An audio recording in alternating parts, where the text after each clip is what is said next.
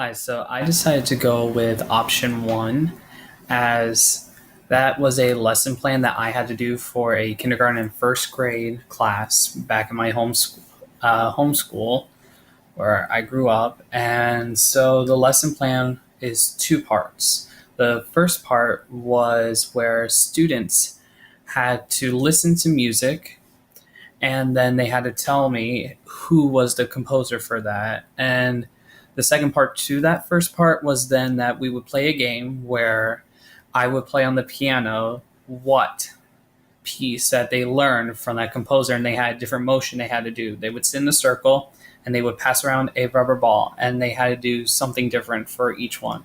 So they heard Beethoven's Fifth Symphony, dun dun dun dun dun dun dun dun. They had to hold the ball up to their ear, and then they would have to pretend to be Beethoven because he went deaf. So going off of that, then we would then move into the second activity, which is the one that's more involved.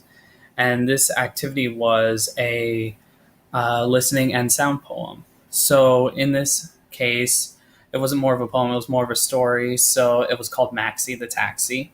And so the story went that you're going through the life of a taxi that is can talk, kind of like in the movie Cars from Disney.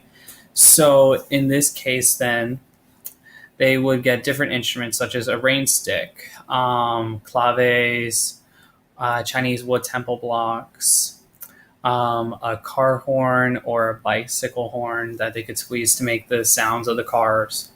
And so we would tell the story, and then we would then have to perform each instrument as we went along when it was their turn. And I would have to point to them at times so they would understand. So, how this works then with the first part, which is receptive language functions, is that in music, it's mostly listening. For in this case, it is 99% listening because at the kindergarten, first grade level, we don't really teach music notation as people see it with different dots or on lines such as this. This is just too advanced for them. So we start out with imagery and symbols and pictures. So what we would do then, in this case, I think I should have modified it for this scenario, is I should have come with a PowerPoint which would have the picture. So every time it was their turn for an instrument or the group to play, I would have to hit the next tab over so that they could do that. They would have to have really good listening skills again because of the directions, and they would have to be able to decipher what is going on in this story to really be able to participate. And for the second part, then, if there's any productive language functions, again, this is mostly listening and them reacting. So their reactions kind of take the place of words. There will be times where you ask them questions, such as for the first activity, where you ask them which composer was that, and they have to raise their hand and then say, "Oh, this was Chopin," or something like that. So, going on to the Wida or Wida. Sorry, I'm not the best at pronouncing things. Looking at this chart, then I would say that listening has to be a five, level five, which is bridging, because again, they have to analyze what they're hearing, both directions and music can be very complex and hard to understand, especially when it's not in the modern sense of what we hear today, such as Wrecking Ball or Chandelier from Sia.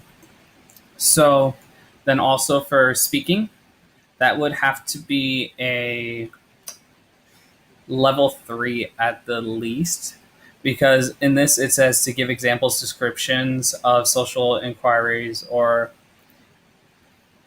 issues depicted in illustrations or political cartoons. They would have to then give examples on this, and they would have to see the pictures and explain why they use this. So they would see then a rain stick, and that is a plastic tube that's about that long, and it has a bunch of plastic beads inside it, and they have to turn it upside down to cause it to create a rain effect. So they would have to then give an example of what it sounds like. You would hand them the instrument and ask So what does this sound like to you? And they would have to answer back and give examples of what they think it is.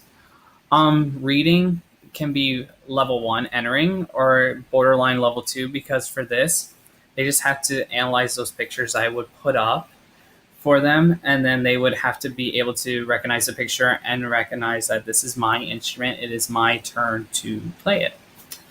And then we move on to writing. Again, in this stage, there's not much writing. And for my lesson plan for this, there is no writing required whatsoever, because this is to start to get them to listen to different instruments and start to formulate how this can function and work within everyday life.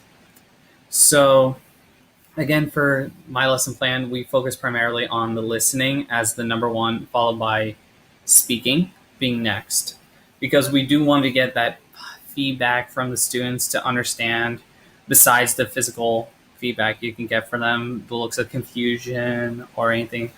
We want to also get their oral feedback. So this would be, in my idea or my thinking, almost ideal for in the case of a secondary language person, as it is more so communicating through actions, and that is easier to do when you can read something and such as a story, and then have the PowerPoint up there and give them an instrument, and when they see that, they can start to formulate in their minds and realize, oh, this is this instrument, this is a rain stick.